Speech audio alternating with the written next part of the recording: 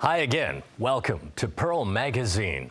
Flying overseas has become something of a luxury over the past few years due to quarantine restrictions and other pandemic measures.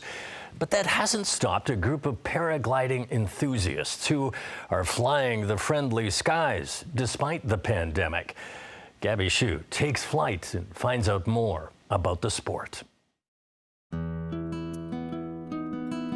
I went up a hill and I had my first sled ride with a paraglider, very short, 3 meters maybe. You know, we had to run down holding the paraglider and fly. That was in 1992. Paul Zimmerman recalls his first time paragliding in Sheko. It was just 1 year after the first local paragliding organization was formed. There are currently 8 sites approved for flying in the city. So you can see Lantau East, Lantau West, Longgay 1, Ma'anshan, Pak Tamau, Pat Singleng, Saiwan and Sheko. The Civil Aviation Department has a website on paragliding, and there's safety, guidance, permit applications, and then the list of permit holders. However, after 30 years of development, only 6 paragliders in Hong Kong have permits to instruct and provide related services. Jackie is among the 6. On this day, we go to Sai Kung with him and a few others to take flight. The equipment is heavy, especially for newbies. This tandem flight equipment weighs 20 kilos. Herman, another instructor, has competitor-grade equipment, so it's lighter. What's the weight then, this one? This one, 4.8 kilogram, 4.7. Okay. Yeah. Nearly 5, right? Yeah. 5 It's- versus 20. Yeah, it's liable. Because we have 2 harnesses. So we have to, this is heavier, yeah, and we need a bigger glider to have 2 people. The equipment includes the paraglider, harness, helmet, radio, and a reserve parachute. Yeah, we've got glider, radio, helmets. What's radio? Oh, we need a radio, like the walkie-talkie, like to talk. It's too windy today. It's windy down here. Trisha is the only female student at the paragliding school. She says she's doing this because she misses flying. Not on purpose. Aside from an investment of $35,000 for the equipment, students should have some level of fitness in order to hike to the takeoff location, as well as a good understanding of aerodynamics. And don't forget to check the weather forecast. If the wind is from the east, we can go to Sheko. If the wind is from the south, we can go to Lantau. If the wind is from the north, we can go into Sai Kung. So there are, different wind directions allow us different sides. The paraglider, however, only flies at 36 kilometers an hour, but for takeoff, we want to have some safety margin above that. So usually the maximum wind speed is about 25 kilometers an hour before takeoff becomes too dangerous and it's too difficult. Because you can inflate the glider and the wind can be a little bit strong and can drag you and you can hit a rock or something. So that's why we have to always respect the wind and and the weather itself. So the wind is okay? We'll see.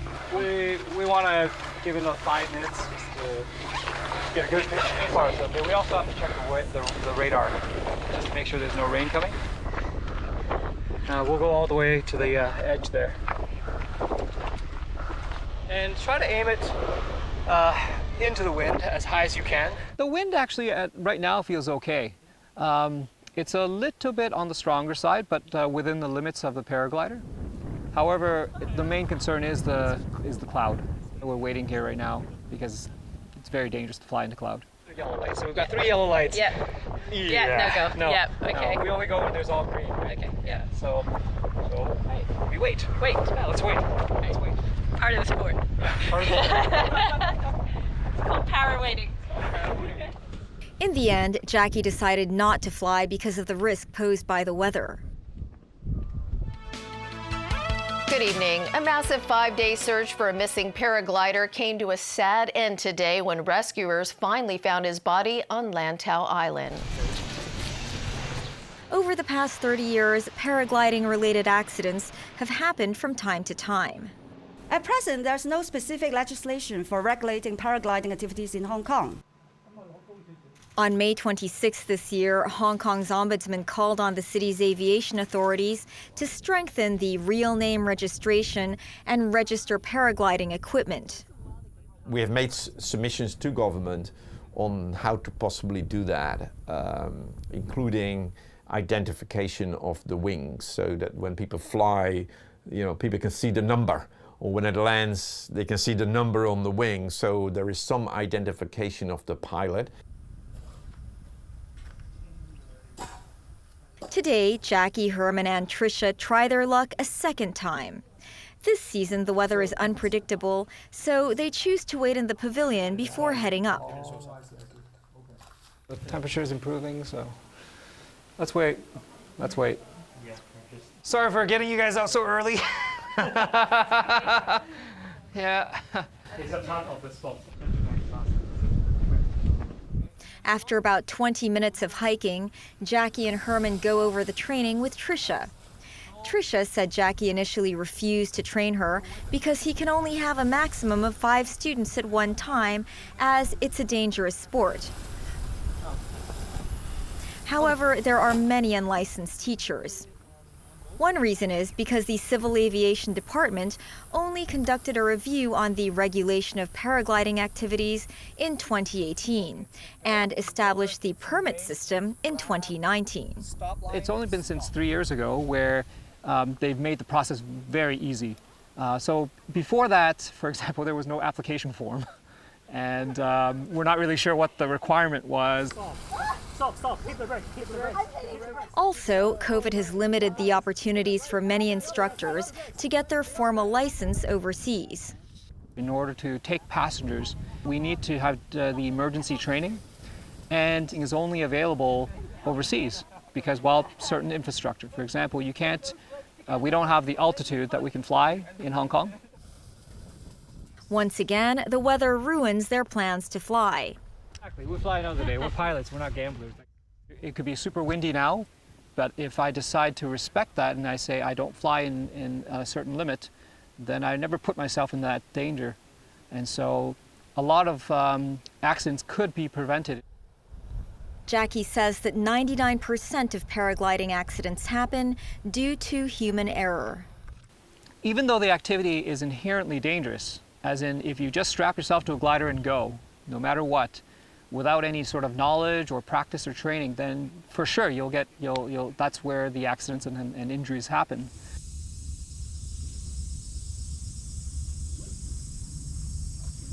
Today is our 3rd attempt at flying.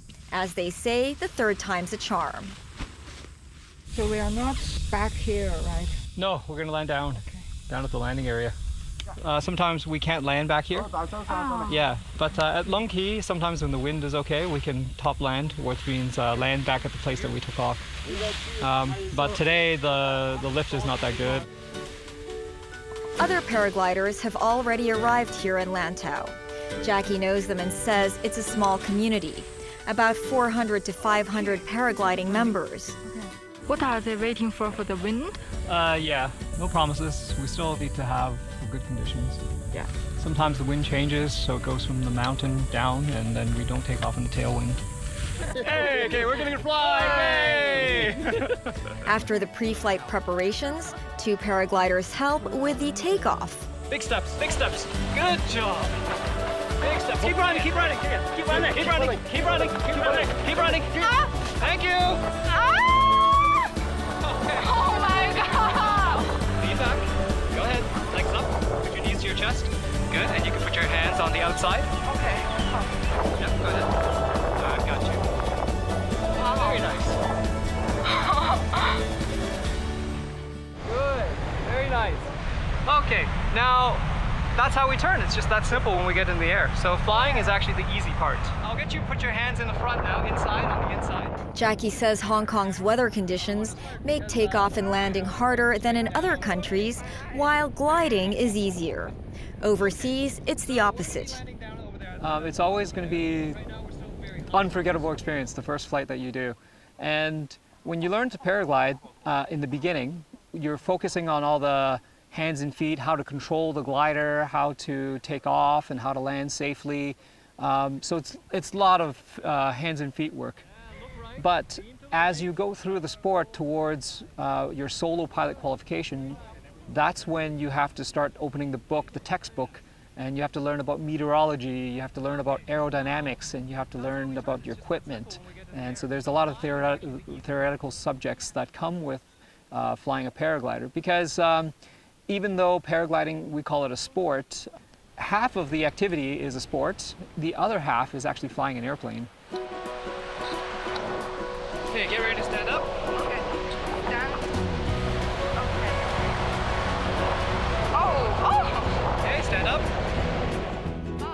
After about 5 minutes in the air, our reporter lands with Jackie and joins the other paragliders. Some are comparing numbers.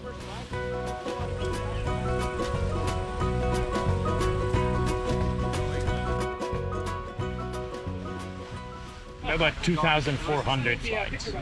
You have flight 2,000 and 2,400. 2,400? Yeah. Being in the air, having that feeling of freedom. Sometimes you have people who maybe are looking just to try something new. But usually they've been in the sky and they've tasted that experience of flight and they're addicted.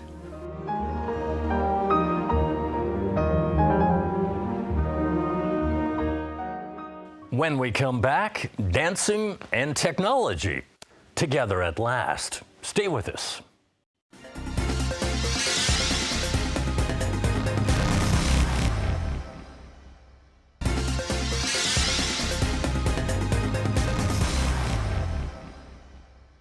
Welcome back. Dance is a way to express joy, grief, anger, or any emotion with your body. For professional dancers, it is both an art and a discipline. Reporter Gabby Hsu talks to a local artist who's found a way to combine technology and dance in a way that goes beyond what even the human body can do.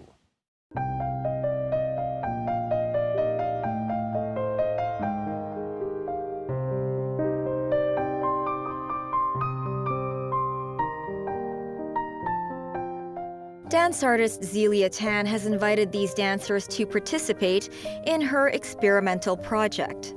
The dancers are wearing sensors on different parts of their body. As they dance, their computer-generated avatars' corresponding parts move. The movements of each dancer are combined into one avatar. You're overlapping your bodies and very non-human flexibility, and that's super interesting. Like, I can't manage to do that, but I can make it happen on the virtual module. Something very new for me. Esther has been a dancer for 20 years. She started out in modern dance, but she began doing contemporary dance over 10 years ago. Even with her rich experience, the enhancement the technology adds is something she couldn't have imagined. I'm just dancing. Why do I need all of the things to detect how I'm going to move? But afterward, like, it actually brings more. Like, it can go further than what I can reach. Raphael, a dancer with 9 years' experience, has 5 sensors on his body today. I know possibly this is the thing that will be recorded by the computer. So I have to be very aware of these parts of the body. We will be put in an avatar in which there will be maybe a completely different environment than in a studio or in a daily life situations. So this is what I found very interesting.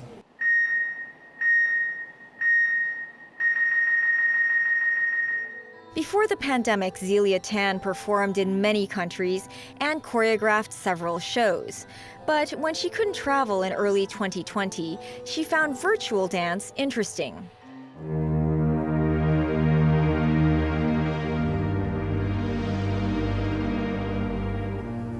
She would dance while wearing a virtual reality headset and imagine she was performing elsewhere.